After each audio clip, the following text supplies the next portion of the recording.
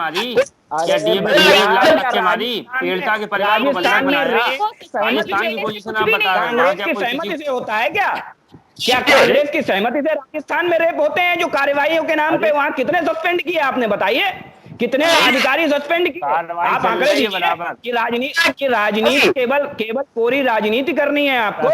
उत्तर suspend प्रदेश में आपको चुनाव इसलिए आने वाले हैं साहब, ये चुनाव की आहट है, इसलिए इसलिए करना पड़ा। आपको चुनाव के टाइम ही भट्टा परतौल दिखा था, चुनाव के टाइम ही आपको इसलिए करना आगरा पड़ा दिखा है, क्योंकि ना कहीं ना कहीं चुनाव से बहुत पहले गोल है दिखता है अंदर, ना चुनाव के बाद गोल दिखता है। राहुल चलिए गांधी ठीक है, आप लोग अगर सही है, भाजपा अगर सही है, तो 2012 में हाथरस में चुनाव हुए, डीएम और एसपी 2011 में के राहुल गांधी वहां गए थे, 2011 में, डीएम और एसपी 2012 को में चुनाव हुए थे, 2011 में आपके राहुल गांधी गए थे। आप सुन भी लीजिए, आप राजनीति है, केवल एक बात चुनाव सुनिए, स्टंट है, जनता रात के 10 बजे हैं और हम आज का बिग बुलेटिन शुरू कर रहे हैं। बिग बुलेटिन में आज की चर्चा की शुरुआत हम कर रहे हैं। उससे पहले हम आपको बता दे रहे हैं कि कौन कौन मेहमान आज के पैनल में शामिल हैं। आज भारतीय जनता पार्टी से पार्टी के नगर अध्यक्ष विकास पांडे हैं, भाजपा के नेता गोपाल पालीवाल हैं और समाजवादी पार्टी से नागेंद्र साके हैं, पार्टी के बड़े नेता हैं, और राधे श्याम हैं, छात्र सभा के अध्यक्ष हैं। कांग्रेस से शुभम तिवारी है, युवा कांग्रेस के अध्यक्ष है। वरुण त्रिपाठी हैं, युवा कांग्रेस के नेता हैं। और संस्कार भारती के प्रदेश महामंत्री सुरेंद्र पांडे भी आज की चर्चा में शामिल है। और आज की चर्चा हम लोग शुरुआत करें, कुछ बड़ी खबरें हैं और कुछ लेटेस्ट खबरें हैं। उत्तर प्रदेश के मुख्यमंत्री सीएम योगी आदित्यनाथ ने हाथरस की घटना के लिए सीबीआई जांच की सिफारिश कर दी है। ये एक बड़ी खबर है। राहुल गांधी और प्रियंका गांधी आज पीड़ित परिवार से मिली हैं शाम को हाथरस में, और उसके बाद में राहुल और प्रियंका जैसे ही वहां से रवाना हुई हैं, वैसे ही एक खबर आई है कि योगी आदित्यनाथ ने पूरी घटना की सीबीआई जांच की सिफारिश कर दी। इस बीच एसआईटी भी जो है अपना पूरा काम पूरा करना चाहती है। एसआईटी की टीम है, उसने राहुल गांधी के जाने के बाद में फिर पीड़ित परिवार के घर जाकर के उसके पिता के बयान लिए हैं, और इससे लग रहा है कि एसआईटी जो है वो कहीं ना कहीं अपना काम पूरा करके ही पूरा करना चाहती है, उसके बाद सीबीआई। हालांकि बताया ये जा रहा है कि परिवार की तरफ से सीबीआई जांच की मांग कभी नहीं की गई। इसके बाद भी जो है सीबीआई जांच की सिफारिश कर दी गई। एक और तथ्य निकल करके सामने आया शुभम, एक तथ्य और निकल करके सामने आया, जो नार्को टेस्ट की बात की जा रही थी कि परिवार के लोगों का टेस्ट होगा। नार्को टेस्ट जो सुप्रीम कोर्ट के नए आदेश हैं उनके मुताबिक नार्को टेस्ट उस व्यक्ति की सहमति के बिना नहीं हो सकता जिसका नार्को टेस्ट कराया जाना है। और उत्तर प्रदेश सरकार ने इस बारे में प्रेस नोट जारी कर दिया है। तो ये विसंगति है। और इससे पहले डीजीपी हितेश चंद्र अवस्थी और अपर मुख्य सचिव अवनीश अवस्थी आज दिन में पीड़ित परिवार के घर गए हैं। उन्होंने परिवार से बात की है और एक एक चीज को बारीकी से कागज पर नोट किया है, और उसके बाद में कार्रवाई होना शुरू हुआ है। वो जैसे ही पहुंचे हैं लखनऊ, उसके बाद में ही ये कार्रवाई हुई है कि सीबीआई जांच की सिफारिश सरकार की तरफ से की गई है। हालांकि बार बार ये बात कही जा रही है कि जो परिवार है वो सीबीआई जांच की बात कभी नहीं कर रहा था, और सर्वोच्च न्यायालय के न्यायाधीश की देखरेख में, सर्वोच्च न्यायालय की देखरेख में जांच कराने की बात कही जा रही थी, लेकिन सीबीआई जांच की बात नहीं कही जा रही थी। और इस बीच जो परिवार है उसने पूरी दृढ़ता उसने कहा है कि जिस जो दाह संस्कार किया गया है वो उसकी बहन का नहीं है, उसके परिवार का नहीं है। हालांकि बाद में समझाने के बाद में हड्डियां वहां से चुनी गई हैं, उठाई गई हैं, ये चीज सामने आई है। उसके बाद में भी सबसे बड़ी स्थिति है कि जो डीएम प्रवीण कुमार हैं उनको लेकर के स्थिति बनी हुई है। डीएम प्रवीण कुमार कल से ना तो अपने ऑफिस गए हैं, ना अपने आवास पर हैं, और सरकार कार्रवाई कर रही है। लेकिन जो बोल हैं डीएम प्रवीण कुमार के, जिनको लेकर के जो परिवार है, पीड़ित परिवार है, उसने कई चीजें उद्धृत की हैं। उन्होंने कहा है कि तुम्हें मालूम नहीं पोस्टमार्टम कैसे होता है, हथौड़ा चलता है, छुरी चलती है, सारा शरीर काट दिया जाता है, इसलिए नहीं दिखाया गया परिवार को। और एक वीडियो उनका ये आया था कि मीडिया से मिलकर के क्या करोगे, मीडिया से बात करोगे, मीडिया चली जाएगी, हम लोग रहेंगे आपके पास। ये कुछ चीजें, विवादित चीजें डॉक्टर डीएम प्रवीण कुमार ने कही है। और स्थिति है कि कैमरे के सामने जब उन्हें लाया जाता है, कैमरा जब लगाया जाता है डीएम प्रवीण कुमार के सामने, तब वो चुप्पी साध लेते हैं, लेकिन जब पीछे होते हैं तो तरह तरह की बातें करते हैं और ऐसी बातें करते हैं जो परिवार के साथ चुभ जाते हैं। तो ये कुछ घटनाक्रम है और कहना चाहिए कि राजनीति शुरू हो गई है पूरी तरह से, राजनीति की बात कही जा रही है। और जो भारतीय जनता पार्टी है वो सारे बयानों को काट, सारे बयानों की जो कहना चाहिए अग्निबाण के पर जो पानी की बौछार है वो केवल राजस्थान के चुनाव को लेकर के कर रही है। सारी जो भी इनके प्रवक्ता हैं वो केवल एक ही भाषा बोलते हैं, जब उत्तर प्रदेश की बात कही जाती है तो वो राजस्थान की बात करने लगते हैं। तो ये कुछ घटनाक्रम है। आज पूरे देखिए, सीबीआई जांच की सिफारिश हो गई है, एसआईटी अपना काम पूरा करके जाना चाहती है और राहुल गांधी मिले हैं, राहुल गांधी और प्रियंका गांधी मिले हैं पीड़ित परिवार से और परिवार ने उन्हें कहा है कि आप हमें न्याय दिलवाइए। ये सारी चीजें हैं। तो ये सबके बीच में डीएम प्रवीण कुमार को सरकार बचा रही है अभी तक। डीएम प्रवीण कुमार के कल जो कार्रवाई हुई है, एसपी से लेकर के एसओ और सीओ तक की कार्रवाई हुई है, लेकिन डीएम को सरकार बचा रही है कहीं ना कहीं। ये बात क्योंकि जो वहां पर अधिकारी हैं, पुलिस के अधिकारी हैं, वो कह रहे भाई हम तो यहाँ कानून व्यवस्था के लिए लगाया गया है, सारी चीज डीएम साहब देख रहे हैं, किसी कोई आदेश कराना है तो वो आप डीएम साहब से आदेश कराइए। ये चीजें मुख्य रूप से बनी हुई है। तो शुभंकर आप शुरू करिए, जो स्थिति आज पूरे दिन निकल करके आई है सामने और जो मुख्य तथ्य हैं, जो मुख्य प्रश्न हैं, वो कहीं न कहीं हल है। ये दूसरी चीज जो है वो तो चीज है कि कहा यही जा रहा है कि जो रिपोर्ट है, फॉरेंसिक रिपोर्ट है, पोस्टमार्टम रिपोर्ट है, उसके आधार पर रेप नहीं हुआ। ये बात बहुत प्रमुखता से की जा रही है, रेखांकित की जा रही है और संदिग्ध मौत बताया जा रहा है। तो ये सारी चीजें हैं। फिर क्या सरकार क्या चीजें छिपाना चाहती है, क्या चीजें बताना चाहती है और क्या किससे राजनीति किस तरह से राजनीति प्रभावित कर रहे हैं। क्योंकि राहुल गांधी के जाने के बाद में एकदम तुरंत एक घोषणा हुई कि सीबीआई की जांच कराई जाएगी और सूचना ये है कि कल सपा के राष्ट्रीय अध्यक्ष अखिलेश यादव भी 11 सदस्यीय दल के साथ में वहां पहुंच रहे हैं। ये भी सूचना थी। तो कहीं ना कहीं जो राजनीति का है आगे पीछे निकलने का क्रम, उसको लेकर के मुख्यमंत्री सरकार कार्रवाई कर रही है और जो चीजें हैं वो निकल करके सामने आई। तो शुभम, क्या जो पूरा जो घटनाक्रम है इसको लेकर के अब तक क्या स्थिति, आपकी पार्टी क्या सोच रही है जो हमने बताया है पूरे दिन का घटनाक्रम? देखिए शेखर जी, इस विषय पर बहुत चीजें साफ होती जा रही हैं और कहीं ना कहीं भारतीय जनता पार्टी जो ये सोच बनाए हुए काम कर रही थी कि ये एक छोटा सा इसे एक छोटा सा मुद्दा बना के कहीं दफन कर देंगे, उनकी इस गलतफहमी में और उनकी इस गलतियां को जो उन्होंने लगातार किया है इस मुद्दे को दबाने में, उसका उन्हें कहीं ना कहीं आज खामियाजा भुगतना पड़ रहा है। आज की तारीख में आप देखिए कि जिस एसआईटी को उन्होंने जांच के लिए भेजा था, आज उस एसआईटी की शाख दांव पर है, क्योंकि एसआईटी की जांच के बाद जो बातें सामने आई। दूसरी बात, जिस डीएम को लेके आज इतनी सब बातें उठ रही हैं कि आपने उस समय डीएम साहब ने ऐसी व्यवस्था जारी कर दी कि मीडिया को नहीं जाने दिया और फिर आनंद फानंद में इतना लंबा कार्रवाई होती चली गई। उस पीड़िता के जो है, उस पीड़ित बच्ची का जो है रात में दाह संस्कार कर दिया गया, पेट्रोल डाल के संस्कार किया गया। उसके बाद डीएम साहब ने धमकी दी। इतना सब होने के बावजूद डीएम साहब स्वयं क्यों कर रहे थे? आज जो डीएम साहब का सस्पेंशन या उन्हें वहां से नहीं हटाया जा रहा है, ये साफ साफ एक बात इंगित कर रहा है कि डीएम साहब ने स्वयं कोई फैसला नहीं लिया। ये कहीं ना कहीं उच्च अधिकारियों द्वारा उन्हें गाइड किया गया था कि भारतीय जनता पार्टी के लोगों द्वारा कि अब आपको इस मुद्दे को इसी तरीके से खत्म करना है। जब उनके पास ऐसे निर्देश थे तब वो लगातार ये कार्रवाइयां करते गए।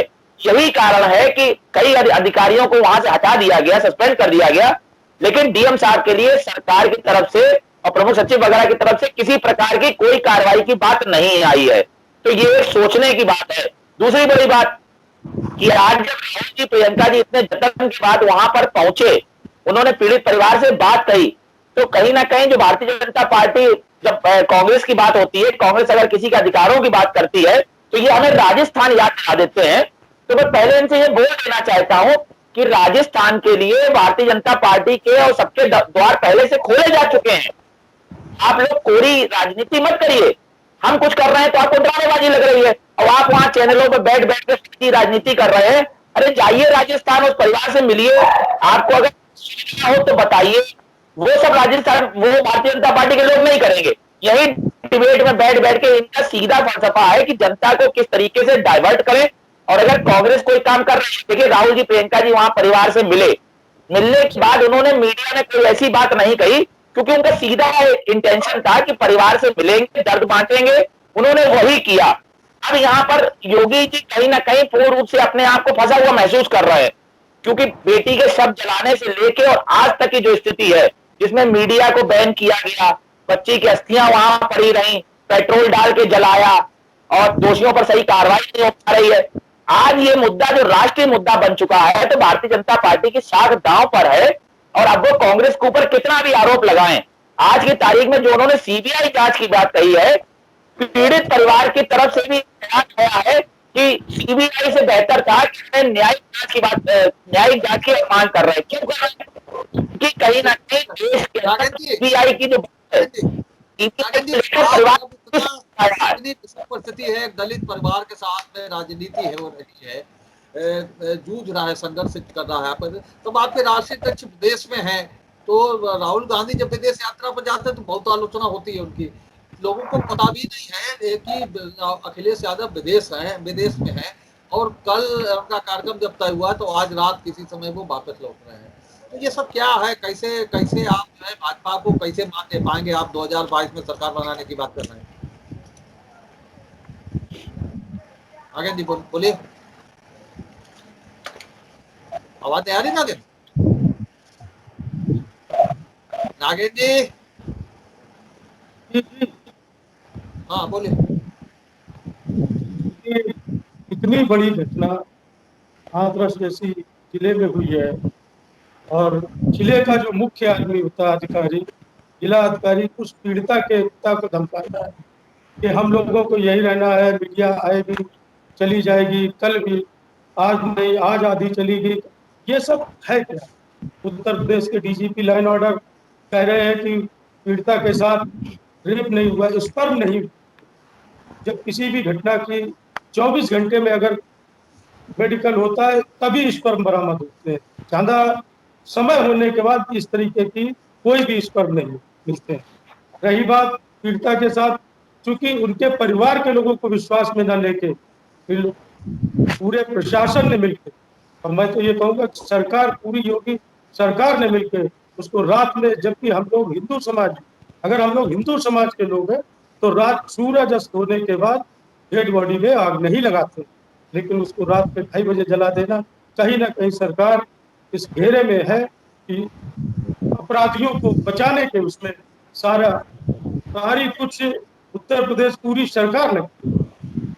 जी दीप्ति जी, कल दीप्ति जी, डॉक्टर दीप्ति सिंह, हम लोग इस विषय पर कई दिन से चर्चा कर रहे हैं। ये सारी चीजें आ रहे थे, वो उस पर लोग कई दिन से चर्चा करें, सारी चीजें आ गई हैं। शवदाह का मामला, आरोपियों को बचाने का मामला, आज जो घटनाक्रम आया, हमने मुख्य चीजें बताई कि सरकार ने बिना मांग के सीबीआई जांच की घोषणा कर दी है। राहुल गांधी, प्रियंका गांधी मिले हैं, उन्होंने न्याय दिलाने की बात कही है। डीजीपी और अपर मुख्य सचिव मिले हैं, उन्होंने सारी चीजें नोट की हैं। एसआईटी अपनी जांच पूरी कर रही है, हड्डियां ली गई हैं। ये सारा घटनाक्रम आज का है। हम चाहेंगे कि इन सारी चीजों पर ही आज की चर्चा केंद्रित हो, क्योंकि ये सारी चीजें 2-3 दिन से हम लोग इस विषय पर बैठ रहे हैं, तो 2-3 दिन से इस पर काफी कुछ चर्चा हो चुकी है। हाँ डॉक्टर दीप्ति सिंह।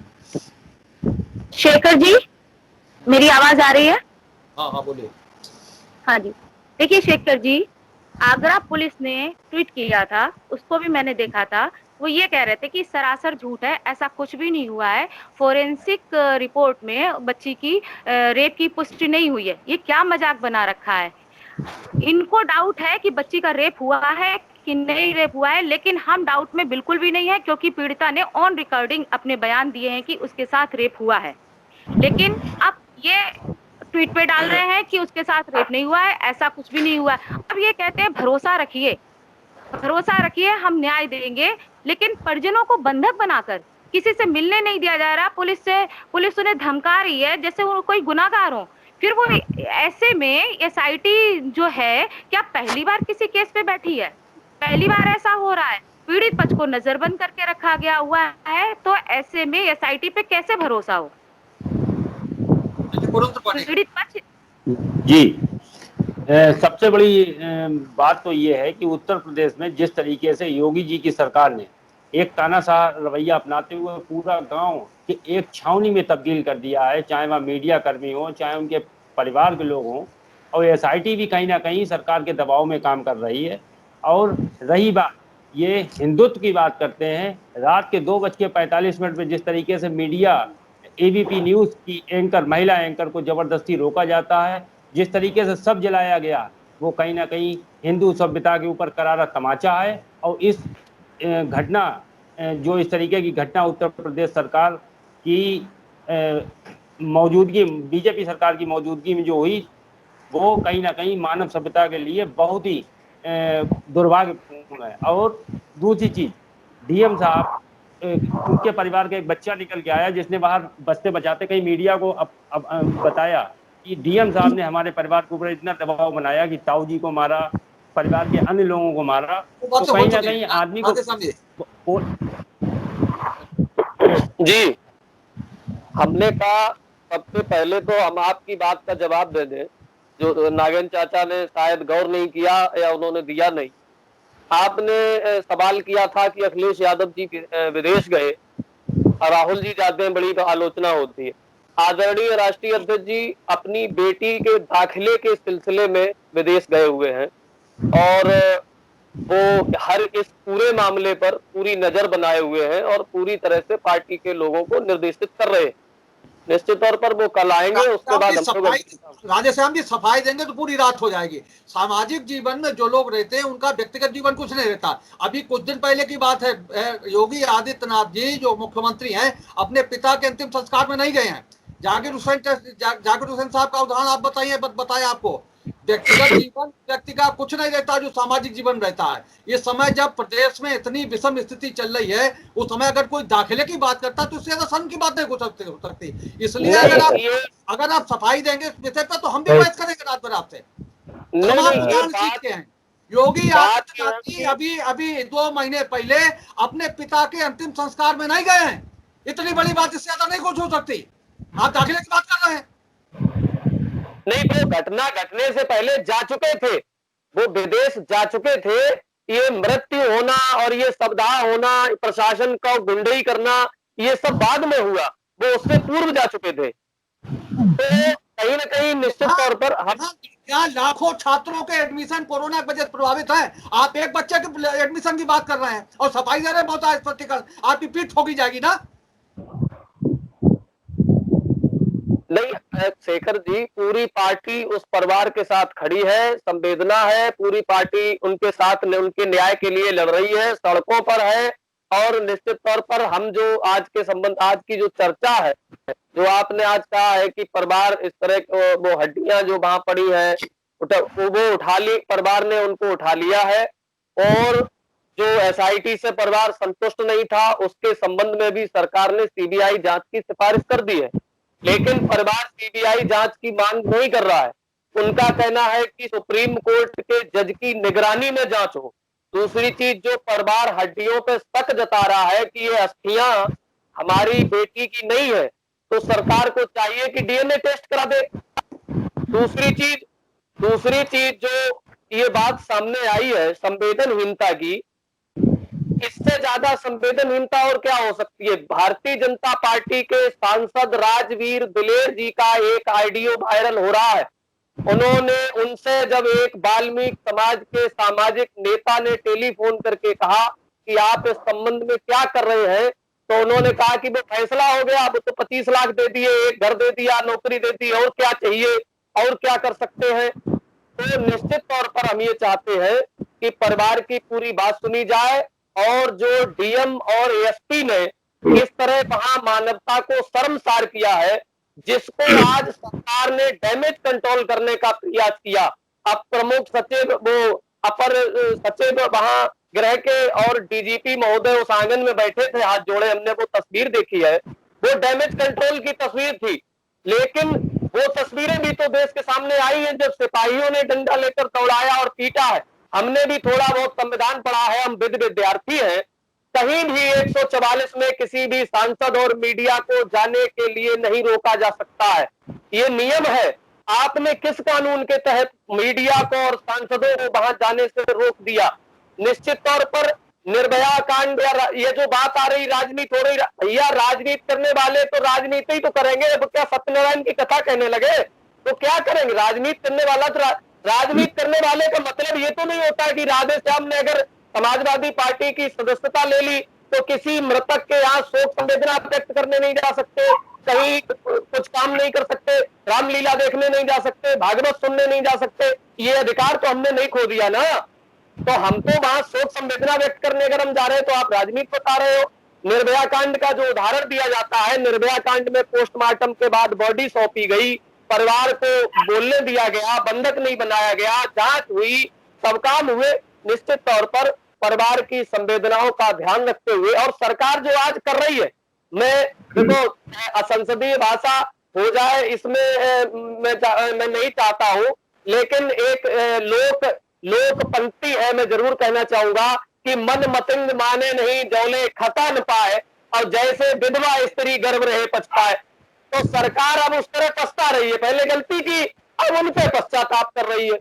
तो निश्चित तौर पर अब उन गलतियों को कैसे हम जनता की नजर में ठीक साबित कर पाए, कैसे ये अपनी तस्वीर हम साफ, सबसे बड़ी ये सरकार का जो एक टारगेट था कि पोस्टमार्टम रिपोर्ट सार्वजनिक होने से पहले उसकी लाश को खत्म कर दिया जाए। इन्होंने कहा कि सीमन नहीं मिला इसलिए रेप की पुष्टि नहीं हो सकती है।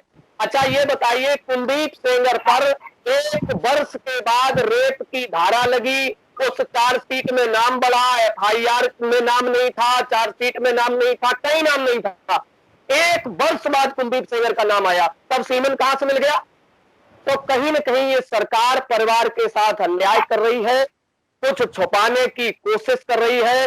3 दिन तक जिस तरह से मामले को तालेबंदी रखी गई, जम्मू कश्मीर बना दिया गया, तालिबान की सरकार बना दी गई, उससे निश्चित तौर पर ये लगता है कि सरकार कुछ छुपाना चाहती है। सुरेंद्र पांडे जी। हाँ जी शेखर जी, ये बहुत ही निंदनीय घटना है जो हाथरस में हुई है।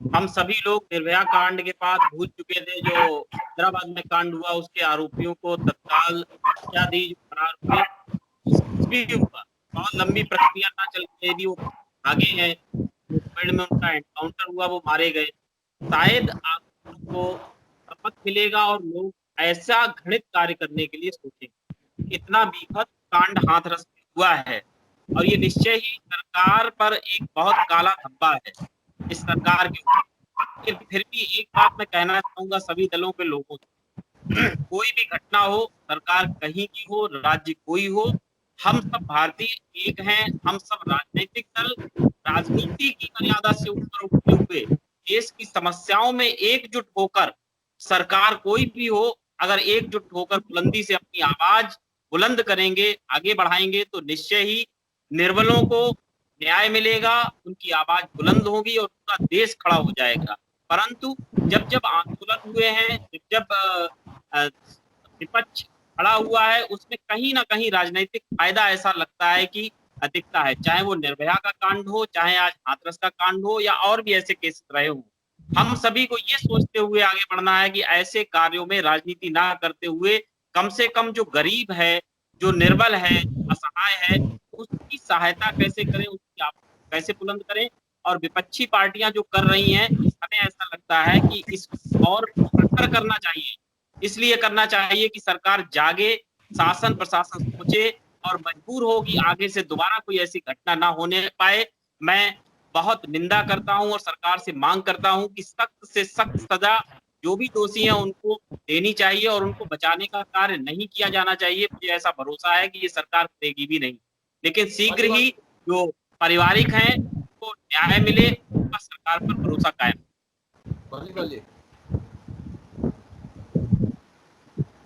मालीवाल जी बहुत सवाल उठे हैं कांग्रेस और सपा की तरफ से जी। और सरकार ने भी आज सीबीआई जांच की सिफारिश कर दी है, सीबीआई जांच होगी। तो हाँ, अब क्या है पक्ष? अब मैं ये कांड जो हुआ है इसकी बहुत ही भर्त्सना करता हूँ और वास्तविकता ये है कि आखिरकार सरकार जो कदम उठा रही है, क्या विपक्ष क्या चाहता है? आखिरकार हमारे माननीय मुख्यमंत्री जी ने सीबीआई जांच का आदेश कर दिया और ये विपक्षी लोग ये कुछ बताएं कि किस तरीके से इस मामले को सुलझाया जा सकता है, क्या इनकी मांग है?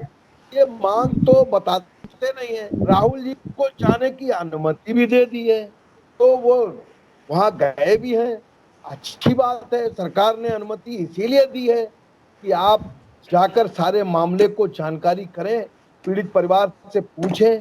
पीड़ित परिवार ने जो बार बार अपने बयानों को बदला है, हमारी ख्याल में उन बयानों के कारण ये मामला उलझा है। मैं ये चाहूंगा कि जो ये बार बार बयानों का बदलाव हुआ है उससे अधिकारी भी अपने चक्कर में फंसे हुए हैं। इस नाते अधिकारी कुछ बात स्पष्ट नहीं कर पा रहे हैं। मैं सीबीआई जो जांच का आदेश माननीय मुख्यमंत्री जी ने किया है, बहुत ही उत्तम कार्य किया है। मैं विपक्ष से भी ये चाहूंगा कि आप सीबीआई से बढ़कर भी कोई यदि जांच हो सकती हो, आपकी मांग क्या है? मैं चाहूंगा कि आप बताएं कि किस आधार से आगे सरकार कार्रवाई करे। आप विकास जी। भाई साहब, सबसे पहले तो मैं आपको बहुत बहुत धन्यवाद दूंगा कि आप निरंतर इस विषय को ज्वलंत रखे हुए हैं और ये बेहद संवेदनशील मुद्दा है जिसे आप समाज में जागरूकता के भी रूप में आगे बढ़ाए हुए हैं। इसके लिए मैं आपकी भूरी भूरी प्रशंसा करता हूं। मैंने आपकी एक डिबेट देखी थी जिसमें आपने अंत में डिबेट में 2 मिनट का एक मौन रखा था। मैं पुनः आपको उस विषय के लिए बहुत बहुत बधाई देता हूं। ये वाकई में इतना संवेदनशील मुद्दा है कि हम सबको, जैसे हम सब ने 2 मिनट का मौन रखा, ऐसे हम सबको अपनी संवेदनाएं मारते हुए राजनीति नहीं करनी चाहिए थी। मैं एक अपनी बात प्रारंभ करने से पहले सभी ऐसे पीड़ित परिवारों से माफी चाहता हूं कि मेरी कोई भी बात, चाहे वो राजस्थान का रेप हो, चाहे वो यूपी के आगरा का रेप केस हो, उसे जस्टिफाई नहीं करेगी। वो केवल और केवल एकमात्र जवाब होगा हमारे राजनीतिक साथियों को। मैं सबसे पहले इसलिए मैं उन सभी से माफी पहले ही मांग लेता हूं। जैसा कि शुभम जी ने कहा कि राहुल जी वहां जाने के लिए बड़े आतुर थे। राहुल जी वहां जाने के लिए आतुर थे। अभी ट्विटर की भी बात हुई, हमारी दीप्ति बहन जी ने ये कहा कि ट्विटर पे भी आगरा पुलिस ने ये लिखा। ट्विटर पे राहुल गांधी जी ने भी एक वक्तव्य लिखा था, दुनिया की कोई ताकत मुझे हाथरस परिवार से मिलने से नहीं रोक सकती। क्या यही बात राहुल गांधी जी एक बार ये कह सकते थे कि जो पिछले एक हफ्ते में अलवर, सीकर, आमेर, सिरोही, अजमेर, बारा, राजस्थान के विभिन्न इलाकों में पिछले एक हफ्ते में 60 से ज्यादा रेप हुए हैं, क्या राहुल गांधी ये नहीं कह सकते थे?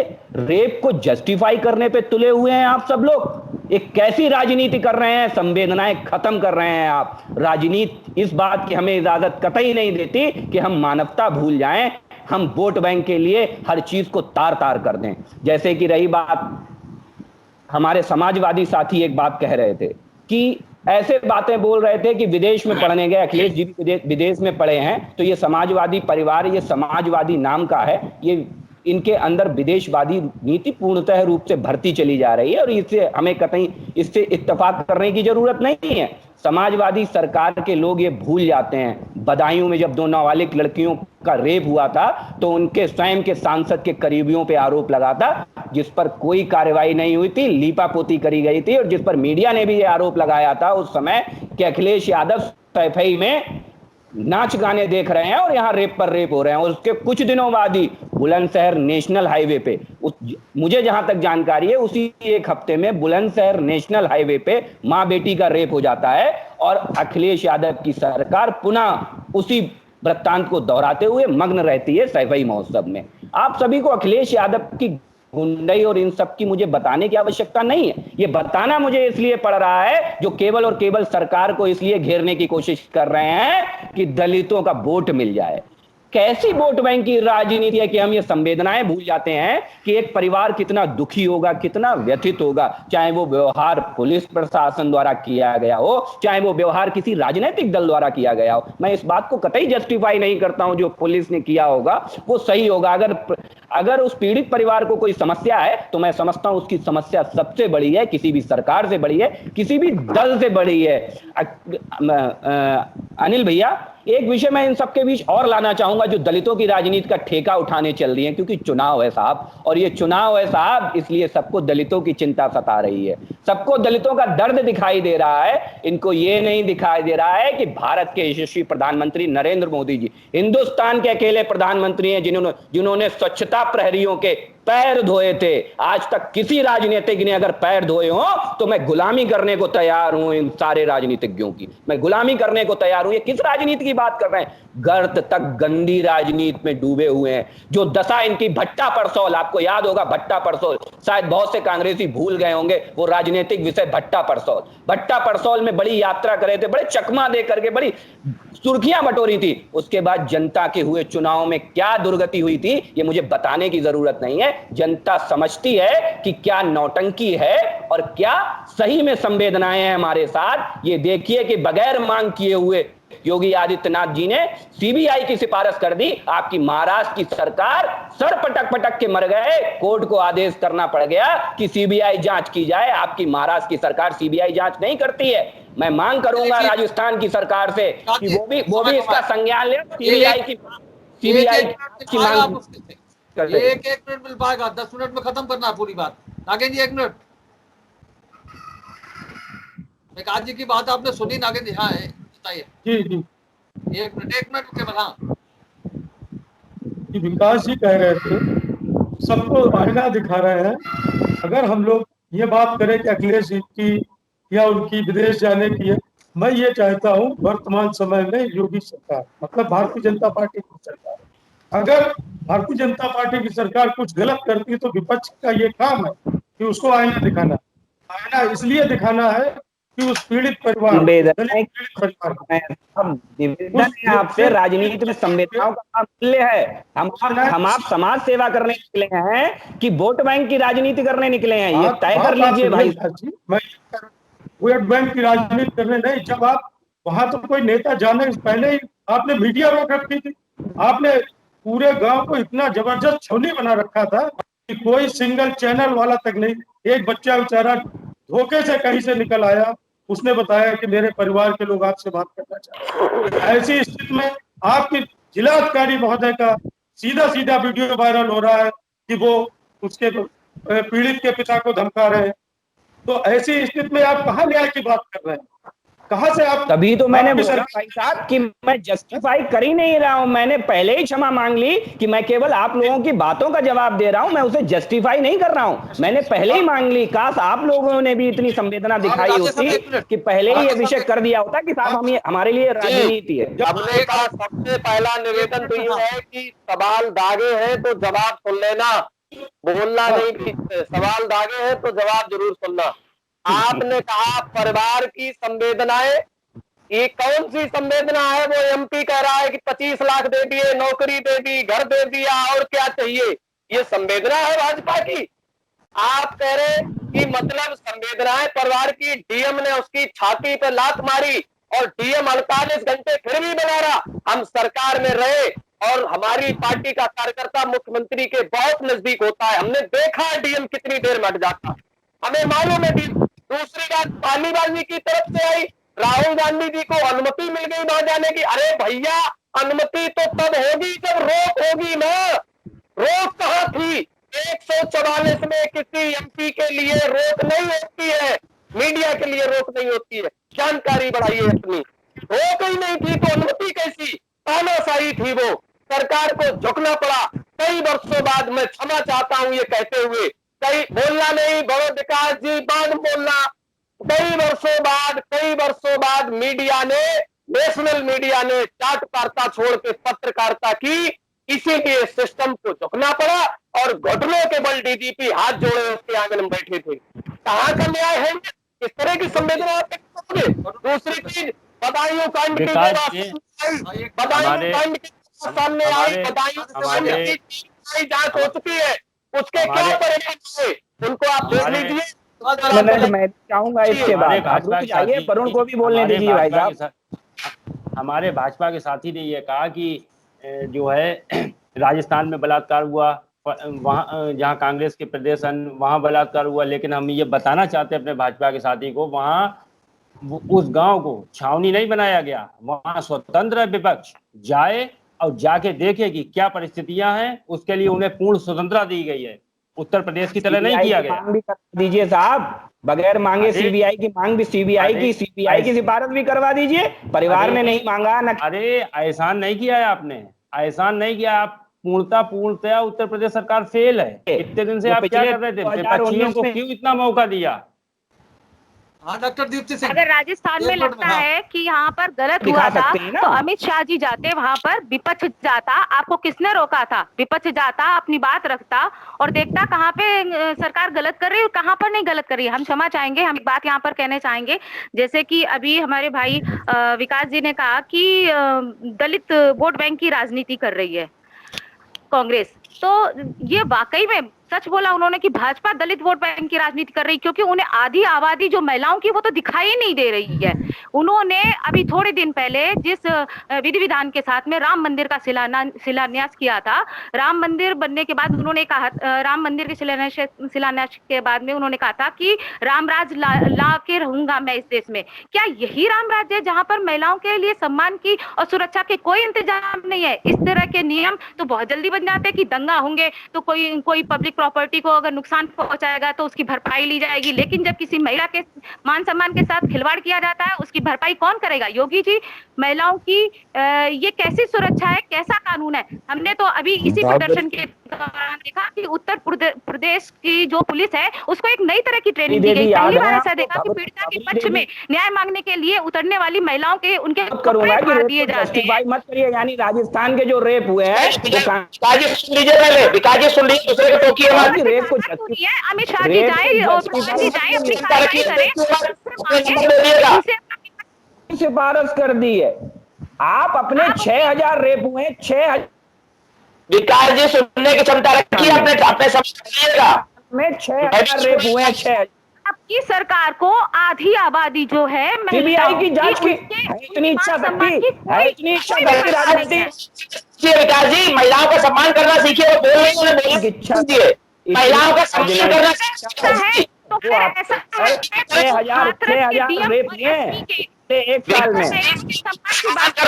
भाई कितने पुलिस वाले हमारे यहाँ तुरंत 5 पुलिस वाले बर्खास्त कर दिए गए हैं, निलंबित कर दिए गए हैं। राजस्थान में कितने हुए आप आंकड़े दे दीजिए, या रेप उनकी सहमति से होता है? आप पुलिस क्या डीएम ने सीधे बिलात रख के मारी? क्या डीएम ने बिलात रख के मारी? पीड़िता के परिवार को बलवान बनाया? राजस्थान की पोजीशन आप बता रहे हैं, कांग्रेस की सहमति से होता है क्या? क्या कांग्रेस की सहमति से राजस्थान में रेप होते हैं? जो कार्यवाहियों के नाम पे वहाँ कितने सस्पेंड किए आपने बताइए?